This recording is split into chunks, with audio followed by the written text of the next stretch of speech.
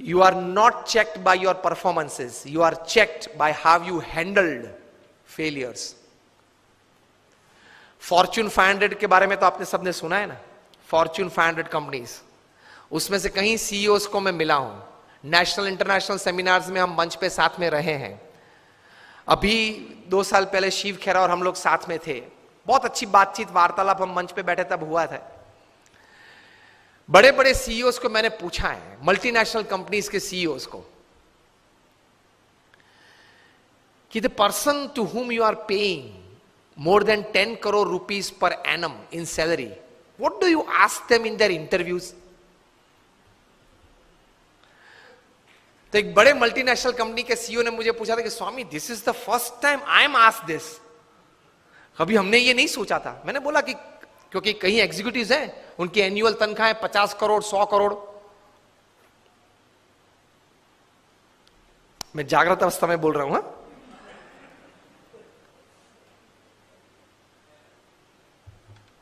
ये बहुत बड़ी सॉफ्टवेयर बनाने वाली कंपनी है,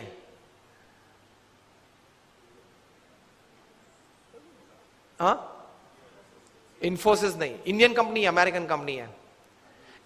एलिसन उनका सीईओ है, एलिसन। ऑरेकल कंपनी है, आप नेट पे जाके ऑरेकल खोलना, एलिसन नाम डालना और उनकी तनख्वाह आप देखना। पिछले 5 साल की उनकी एवरेज तनख्वाह है $400 million per year. Silence. $400 million, $1 million मतलब 65 करोड़ गिन लो, चलो राउंड फिगर 70 करोड़ गिन लो। $1 million is, that is $10 lakh, is 7 crore rupees. So 400 million is 2800 crore rupees per annum salary. अब देख लेना, मैं नाम देता हूं, Allison, ELLISON, he is the CEO of Oracle। अब नाम देख लेना।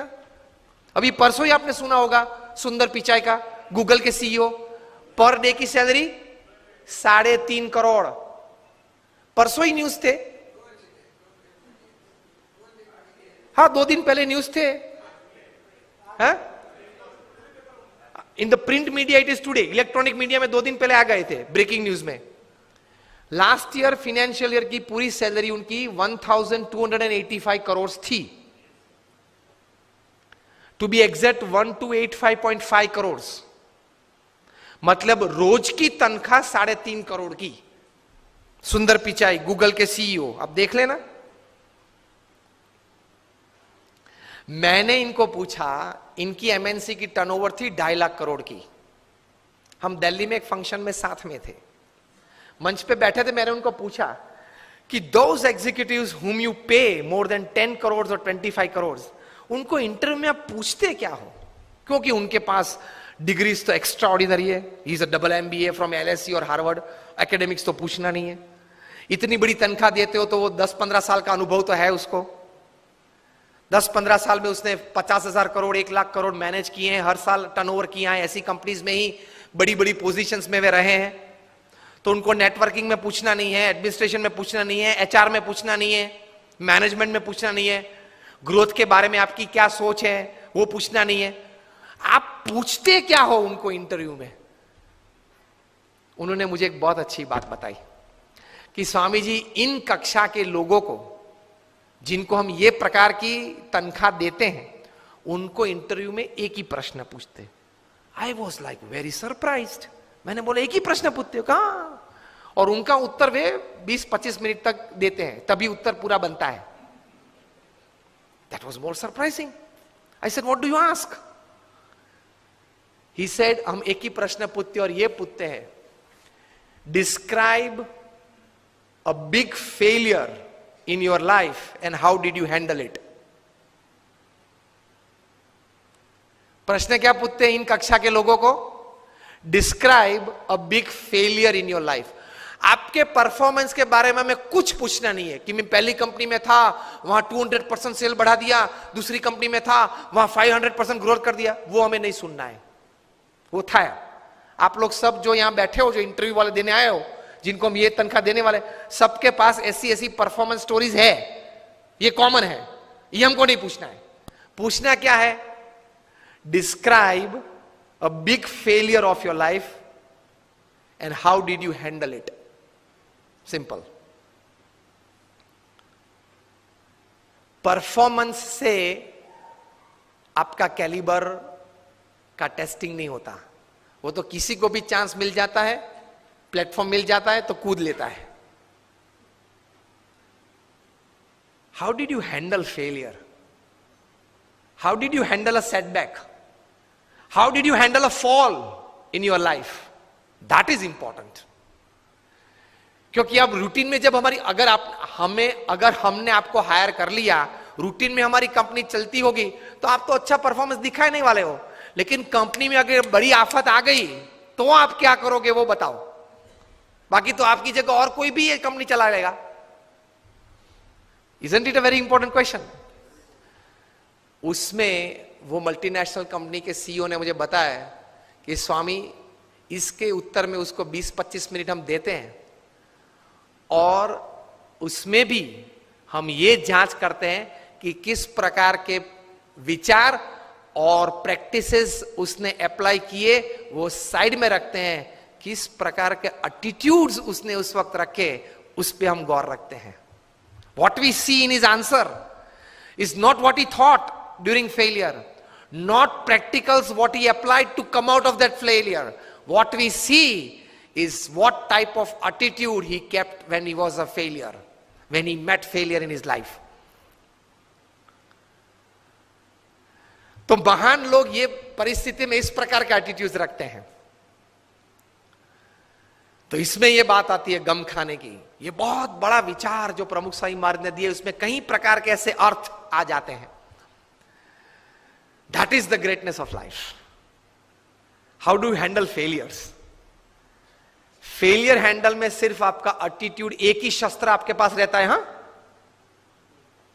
ऐसी परिस्थितियां जीवन में आएगी जब आपके मोबाइल नंबर में 400 फोन होंगे, किसको फोन करूं वो तकलीफ में आ जाएंगे आप।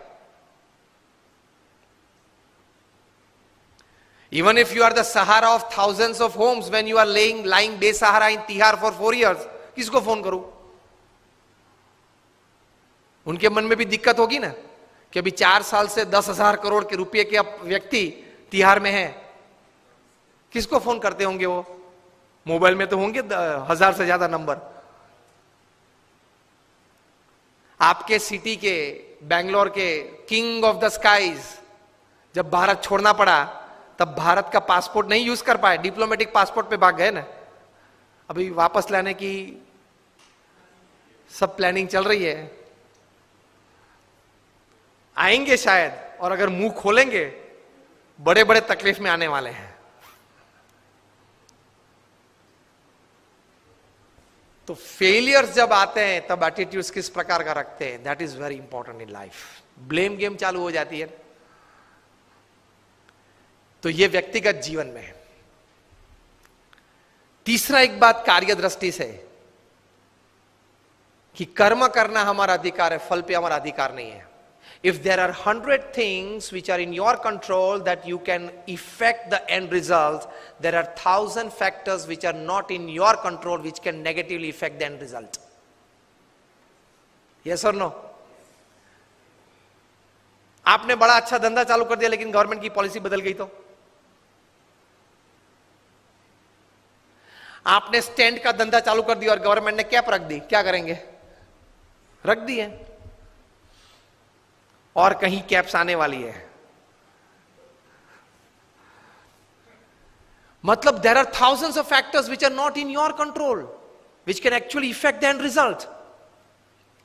इसलिए श्रीमद् भगवत गीता में भगवान श्री कृष्ण ने लिखा है कि you do your job in the best knowledge and the best practices that you have, and result Lord Krishna says I will decide.